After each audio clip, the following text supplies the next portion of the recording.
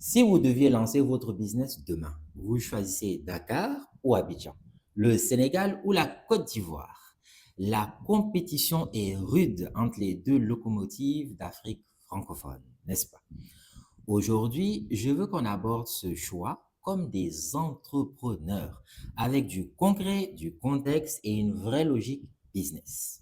Si nos contenus vous plaisent, abonnez-vous, likez, partagez, activez la cloche et dites-moi dès maintenant en commentaire votre choix instinctif, Sénégal ou Côte d'Ivoire. Moi, c'est Cher Diakité, entrepreneur tech.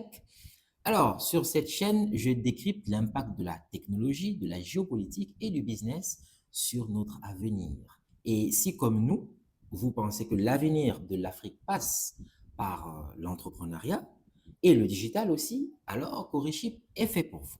Coriship, c'est une business academy propulsée par l'IA, conçue pour aider les entrepreneurs à passer de la vision à l'action, avec une pédagogie innovante, des outils concrets et 8 coachs IA spécialisés disponibles 24 heures sur 24, 7 jours sur 7.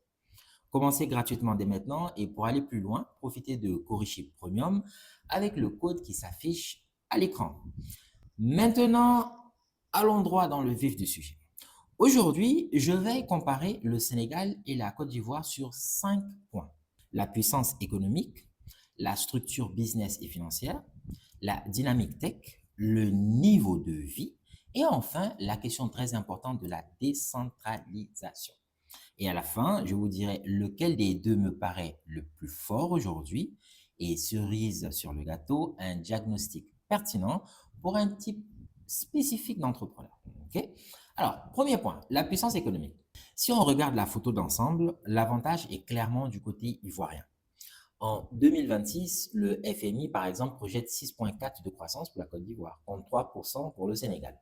En PIB nominal, on est autour de 111 milliards de dollars pour la Côte d'Ivoire, contre 40 pour le Sénégal. Et en PIB par habitant, la Côte d'Ivoire est aussi devant, autour de 3 200 dollars contre 2 000 dollars pour le Sénégal. Donc, en taille de marché, en rythme de croissance et en richesse produite par habitant, la Côte d'Ivoire part devant. Ça, c'est clair.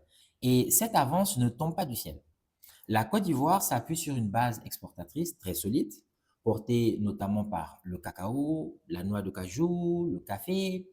Et le Sénégal, quant à lui, a un profil plus diversifié, mais aussi fragmenté, avec l'arachide, la pêche, les phosphates, l'or, l'horticulture, le pétrole et le gaz. Ces deux derniers-là, il ne faut pas les oublier. Donc, si on regarde en termes de masse économique brute et de profondeur productive, on va dire, actuelle, l'avantage reste ivoirien. Même si cette carte énergie du Sénégal peut compter de plus en plus dans les prochaines années. Alors, deuxième point, structure business et financière. Et là, il faut être précis. Hein. Oui, Dakar a un vrai atout institutionnel. Le siège de la BCAO est à Dakar. Ça compte pour le prestige institutionnel, pour le poids monétaire du Sénégal, dans l'UEMOA notamment, et aussi pour l'image de Dakar comme centre de décision monétaire régional. D'accord?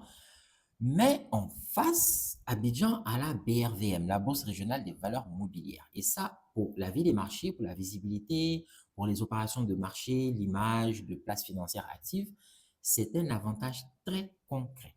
Donc oui, BCAO pour Dakar, mais sur le terrain du marché des capitaux et de la finance visible au quotidien, l'avantage reste à Abidjan avec la BRVM. Donc si vous êtes dans la finance, les services B2B, la distribution, l'import-export, l'agro-industrie ou les activités qui ont besoin en fait d'un marché plus large et d'un grand carrefour économique, la Côte d'Ivoire me paraît aujourd'hui mieux placée.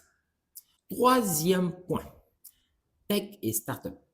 Et là, beaucoup vont être surpris parce que si on parle de visibilité start-up, de narration tech, vous savez, le storytelling hein, et de positionnement digital, le Sénégal garde un vrai avantage. Par exemple, dans Startup Blink 2025, le Sénégal est classé 92e écosystème startup au monde, 92e. Dakar est classé 337e et Abidjan 567e. Ça ne veut pas dire que tout est parfait à Dakar, mais ça veut dire tout simplement que le Sénégal apparaît plus clairement sur la carte tech francophone. Alors, si vous lancez un SaaS, une startup, un produit, une médiathèque ou une marque personnelle forte, ou même encore un produit digital, on peut dire, qui a besoin de visibilité et d'un récit francophone, le Sénégal prend des points très sérieux. Quatrième point, le niveau de vie. Et ça aussi, c'est très important pour un entrepreneur, n'est-ce pas? Parce qu'un marché, ce n'est pas seulement sa taille, c'est aussi son pouvoir d'achat moyen, son niveau de développement humain, sa capacité à absorber de la valeur et la qualité générale de son environnement humain. Donc, si on prend par exemple l'IDH, l'indice de développement humain, la Côte d'Ivoire est devant avec 0,582 contre 0,530 pour le Sénégal, légèrement devant. Et sur le revenu national brut par habitant, en parité de pouvoir d'achat notamment, la Côte d'Ivoire est également devant, autour de 6 735 dollars contre 4 200 pour le Sénégal. Donc, même si les deux pays ont encore une grande marge de progression, l'environnement ivoirien offre aujourd'hui un niveau de vie moyen un peu plus élevé, voire même moyennement plus élevé. Cinquième point, la décentralisation. Et ça, pour un entrepreneur, c'est super important, super important. Parce qu'un pays qui dépend trop d'une seule ville offre moins de relais, moins d'options, moins de résilience.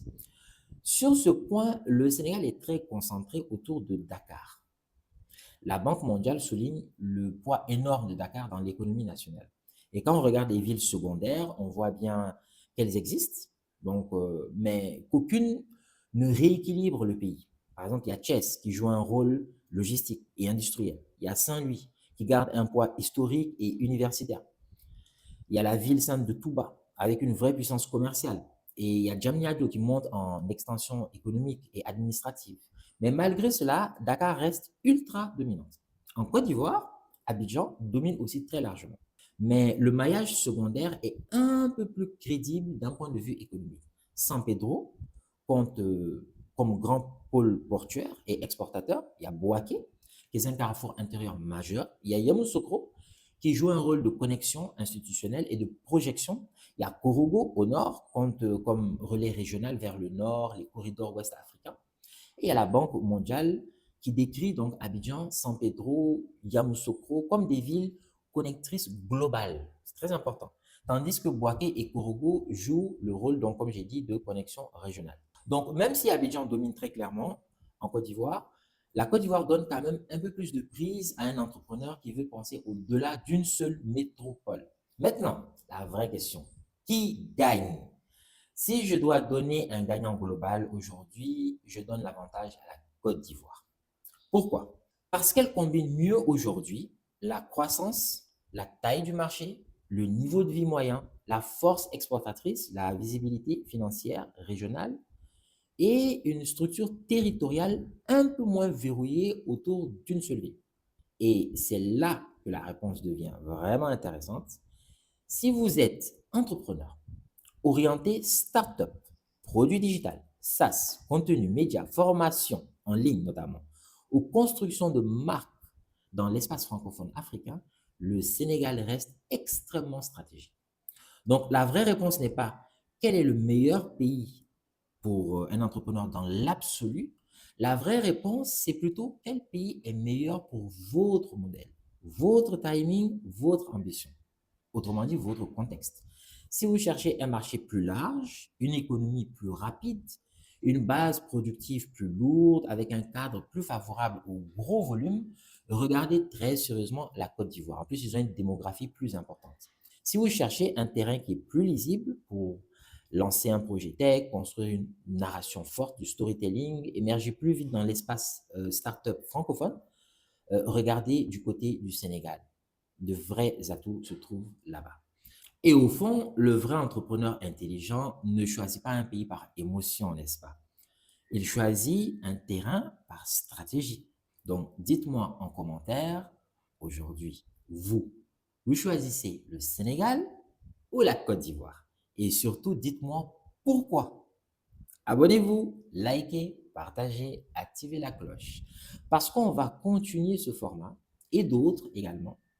Et on va continuer de comparer donc des pays, faire des duels et tout ça pour que vous ayez une culture business et géopolitique qui soit au top du top pour le développement du continent. Allez, si vous voulez aller plus loin dans votre projet, n'oubliez pas, vous pouvez rejoindre Coriship. C'est une opportunité en or. Vous avez tout ce qu'il y a de meilleur que l'IA générative peut apporter, intégré à une business school. C'est ce dont tout entrepreneur a toujours rêvé, ce dont nous-mêmes nous avions rêvé à nos débuts. Et bien, cet outil, il existe désormais. Il est à votre disposition. Ne ratez pas cette opportunité.